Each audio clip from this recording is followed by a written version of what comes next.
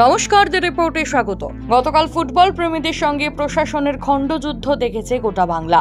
আর এই প্রতিবাদের অংশগ্রহণ করার আগেই বাড়ি থেকে আটক হলেন ইস্টবেঙ্গল সমর্থক হাওড়ার বাসিন্দা রজত শুভ্র নন্দী।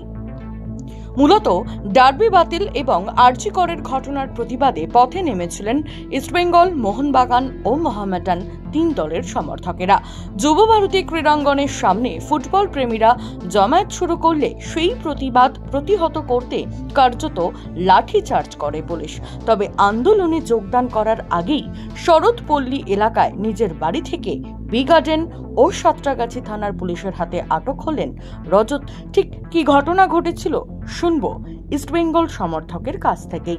গতকাল দুপুর 12:15 নাগাদ আমাকে প্রথম ওয়েস্ট বেঙ্গল গভর্নমেন্টের আইটি সেল থেকে ফোন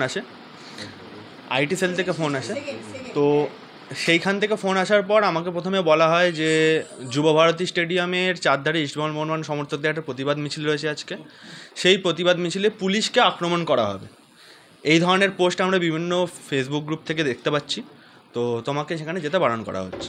তো আমি ফার্স্টে তখন সেটা শোনার পর বললাম, স্যার আমি এরকম কোনো পোস্ট দেখতে পাইনি, আমরা খেলাপ্রেমী মানুষ, আমরা চেয়েছিলাম খেলা হোক, তো সেইখানে আমরা এই ধরনের কোনো পোস্ট দেখতে পাইনি। আমরা স্যারকে তখন বললাম, বলছে না আমি এই ধরনের পোস্ট আমরা অনেক পেয়েছি, তো তুমি এই ধরনের পোস্ট আমরা অনেক পেয়েছি, তো তুমি ওখানে যাবে না আজকে। আমি বললাম স্যার ঠিক আছে যাবো না। দেন তারপরে আমাকে বলছে যে দেন একটা ফোন আসে আমার কাছে বারুইপুর থেকে, মিস্টার মণ্ডল নামে। তিনি আমাকে ফোন করে বলেন, দাদা আজকে যুবভারতীতে কোথায় যেতে হবে, কখন যেতে হবে, কখন কি মিটিং আছে। আমি বললাম দাদা আমি জানি না সেটা, আপনি যুবভারতী চলে যান, গিয়ে ওখানে গিয়ে খোঁজ করে নিন কার সাথে কি যোগাযোগ করতে হবে, সব কিছু করতে হবে। এরপরে উনি ফোন কেটে দেন। তারপর বারুইপুর পিএস থেকে আমার কাছে ফোন আসে, ট্রু কলারে আমার কাছে নাম উঠেছিল বারুইপুর পিএস বলে। এগুলো গতকাল দুপুর ওই 12:15 থেকে 1টার মধ্যে ঘটনা। বারুইপুর পিএস থেকে ফোন আসে। বারুইপুর পিএস থেকে ফোন এসে আমাকে বলা হয় যে তোমার নেতৃত্বে একটা আন্দোলন যুবভারতী ক্রীড়াঙ্গনের চারধারে বেরোনোর কথা আছে, তো তুমি আজকে কোথাও যাবে না, ঘর থেকে বেরোবে না। তো আমি তখন বলি স্যার আমার নেতৃত্বে আন্দোলন বেরোনোর কথা এরকম তো কোনো ঘটনা আমার অন্তত জানা নেই। বলছে না আমাদের কাছে খবর আছে তোমার নেতৃত্বে আন্দোলন বেরোবে, তুমি ঘরে থাকবে। তাই আমি বললাম ঠিক আছে স্যার আমি ঘরে থাকবো। তো সেই সময় আমার বাবা বললেন যে চল সাঁতরাগাছি থানায় একবার কথা বলে আসি। তো তার মধ্যে আমাদের পাড়ার যিনি ক্লাবের সেক্রেটারি, তার মাধ্যমে আমরা সাঁতরাগাছি থানার সাথে কথা বলি। তো তার মাঝেই বি গার্ডেন থানার পুলিশ আমাদের বাড়িতে আসে, 3 জন এসেছিলেন। এসে আমাকে বলে তুমি তো বড় নেতা হয়ে গেছো, তোমার আন্ডারে এইসব মিছিল বেরোনোর কথা আছে, তো কেন কি পাও এসব করে, হ্যান ত্যান এসব উনি আমাকে বলেন। তো তারপরে এটা হয়ে যাওয়ার পরে উনি আমার বাবার সাথে কথা বলেন, আমার বাবা কোন পোস্টে কাজ করেন, কোথায় কাজ করেন সেসব কিছু জানেন। জানার পর উনি বলেন যে না এটা আমাদের থানার এখতিয়ারের বাইরে, এখতিয়ারের ভেতরে যদি হতো আমি তোমাকে তুলে নিয়ে চলে যেতাম, এখতিয়ারের বাইরে যেহেতু আমরা কিছু করবো না, তোমার থানায় এসে তোমাকে তুলবে, যা করার তারা করবে। তো আরও আধ ঘন্টা 1 ঘন্টার মধ্যে সাঁতরাগাছি থানার পুলিশ আসে, এসে আমাকে নিয়ে থানায় নিয়ে যায়। সাঁতরাগাছি থানায় নিয়ে গিয়ে ওখানে মোটামুটি দুপুর 3টে নাগাদ আমাকে থানায় নিয়ে যায়। 3টে থেকে রাত 12টা পর্যন্ত আমাকে থানায় বসিয়ে রাখে। মেজবাবুর ঘরে আমাকে বসিয়ে রাখা হয়েছিল। সেখানে প্রপার ট্রিটমেন্ট আমি সেখানে পেয়েছি, সেই নিয়ে আমার কোনো আপত্তি নেই। আমাকে বসিয়ে আমাকে সময় মতো খাবার সব কিছু আমাকে প্রোভাইড করা হয়েছে। তারপর রাত্রিবেলা বড়োবাবু আসেন, বড়োবাবুর সাথে আমার কথাবার্তা হয়। বড়োবাবু সব কিছু শোনেন আমার মুখ থেকে। শোনার পর উনি বলেন যে ঠিক আছে তুমি গিয়ে বসে। আমার ফোনটা তারা প্রথম থেকেই তাদের কাছে সিজ ছিল। তো আমার বাবা মা সেই সময় সেখানে ছিল। তো তাদেরকে বড়োবাবু বলেন যে ঠিক আছে যদি কিছু এর পরবর্তী অ্যাকশান হয় আপনাদের জানানো হবে, আপনারা চলে যান। তো বাবা মারা আমার চলে আসার ঠিক মিনিট 10-15 মধ্যেই বিধাননগর সাউথ থেকে ওখানে পুলিশ যায়। আমাকে ওখান থেকে ওদের গাড়ি করে বিধাননগর সাউথ থানায় পাঠিয়ে দেওয়া হয়।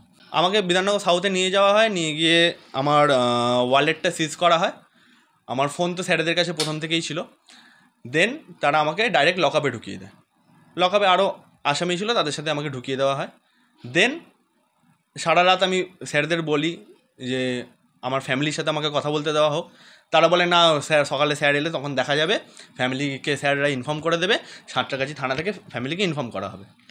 সব কিছু হওয়ার পর আমি আর কিছু বলি না, আমি লকআপের মধ্যেই ছিলাম। সকাল 10টার সময় স্যার আসেন। সেই সময় এসে কয়েকজন আমার আগে যারা আসামি ছিল তাদেরকে স্যার ইন্টারোগেট করেন।